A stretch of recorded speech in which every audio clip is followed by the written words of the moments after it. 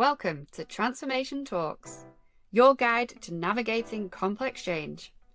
I'm Hayley Sage, Director of Marketing for Project One of the UK's leading management consultancies. In this episode, I'm joined by Rebecca Henderson-Hart, who brings a practical, people-centred perspective on how leaders can build resilience, embed change into the day job, and keep teams energised and motivated, even when things feel uncertain.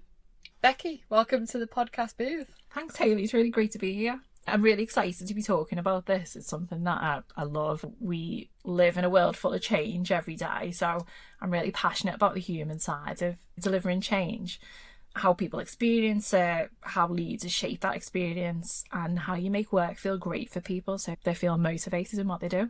I love that observation as well of how we do live in change every day, don't we? But somehow in the workplace it's a bit more under the microscope. So I guess that comes to my first question of, when you look back across teams or organisations that you've worked in, what does a motivated change environment actually feel like? I think feel is exactly the right word, because even if you're doing a big tech delivery or you might be building a factory, it's going to live and die on how well the team achieve their goal. So for me, it's always been about the team. And I think a motivated environment is not something that feels frantic or forced or overwhelming. It feels really purposeful. If people come in knowing why they're going to do something and they feel part of a team with a mission that actually matters, I think they're more motivated to get stuck into the work, get things done and achieve the collective goal. I think there's something here about energy rather than exhaustion as well. Yeah. So you can have a really tough day on a project. It can be a really hard fought battle to get through the day and deliver what you need to deliver. But if at the end of the day it feels like a great mental workout and you feel energised by the day, that's completely different from feeling exhausted.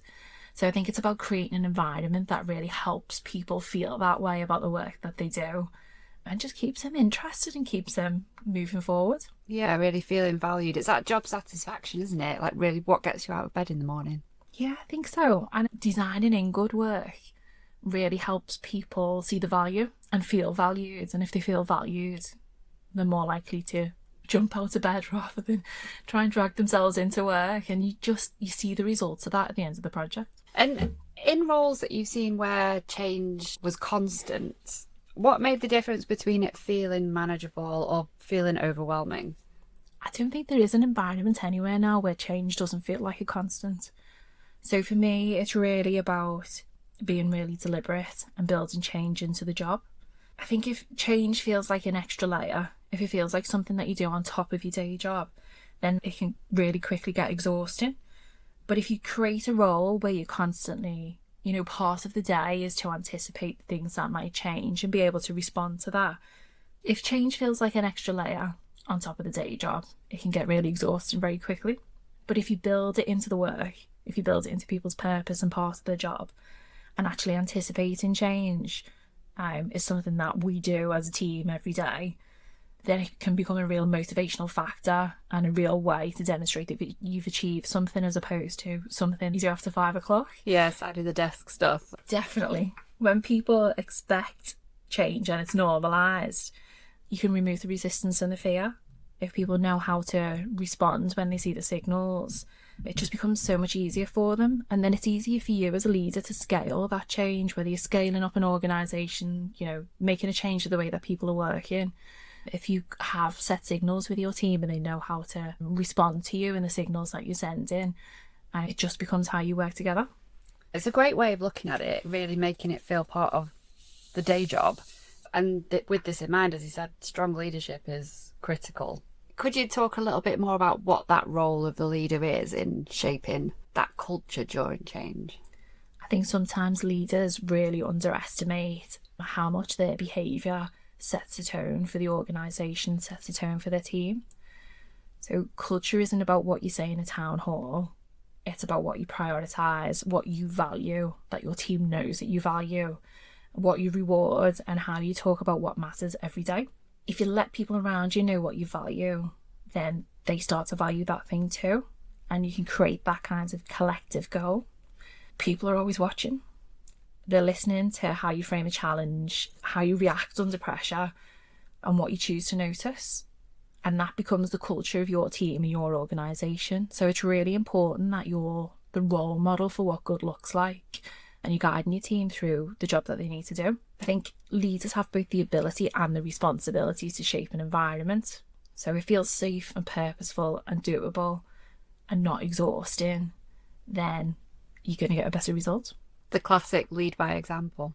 Yeah, absolutely. If you do it consciously, if you build it into the work, and if you think about the humans that you're dealing with on a human level, then I think you've got the right first steps into leading change. You need some resilience, don't you, when you're going through change? So how do you build that resilience within teams?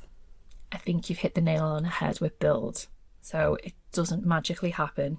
You can't buy it from Amazon. You really have to consciously build resilience into the team. It's a real cultural outcome, and it's driven from the leadership. You can build it through anticipation, and you can build it through practice and building muscle memory, and through being really clear with your team about what's expected and when. When people know how to deal with change, it stops feeling destabilising and starts feeling manageable and motivating.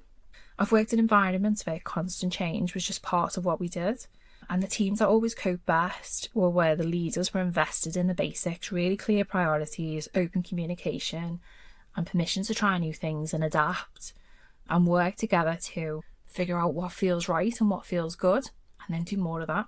Interesting, isn't it? Because resilience sometimes can have a negative connotation, but in this way of working, it's actually productive, isn't it? Yeah, I think so. Also, it comes from knowing that you support it. You can't just tell someone to be resilient. You have to put the systems in place that helps them operate at their best and feel safe and clear on what they're doing so that they can go and do their best work.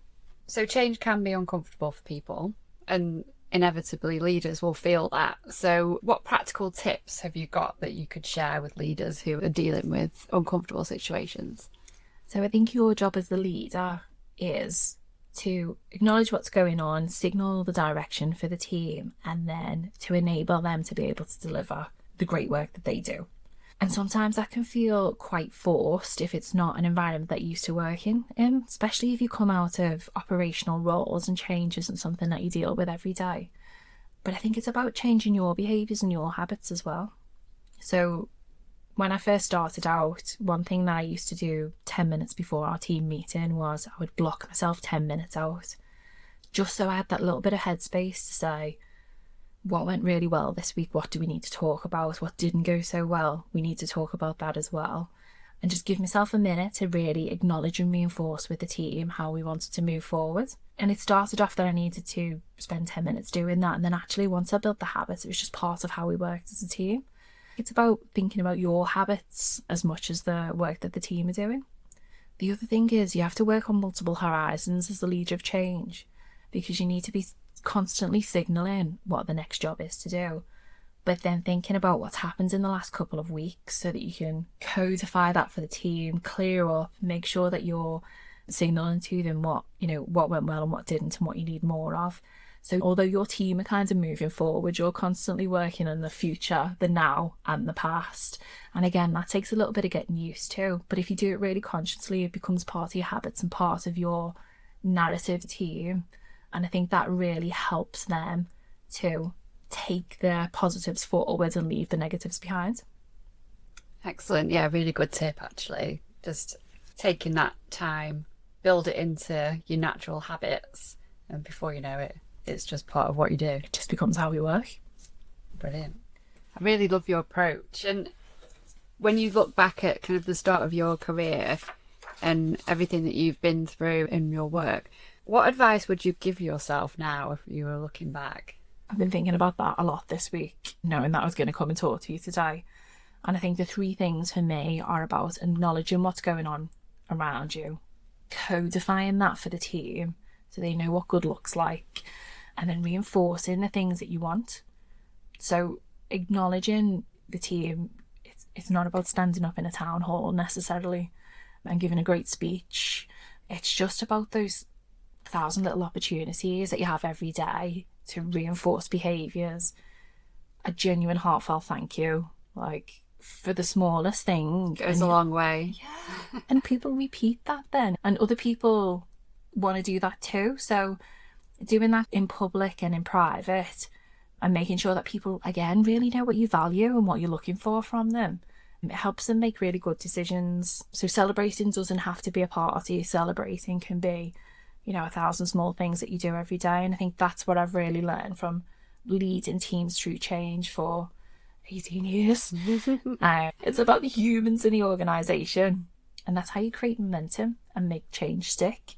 If they feel motivated, if they feel valued, then they'll keep doing that and they'll keep moving forward.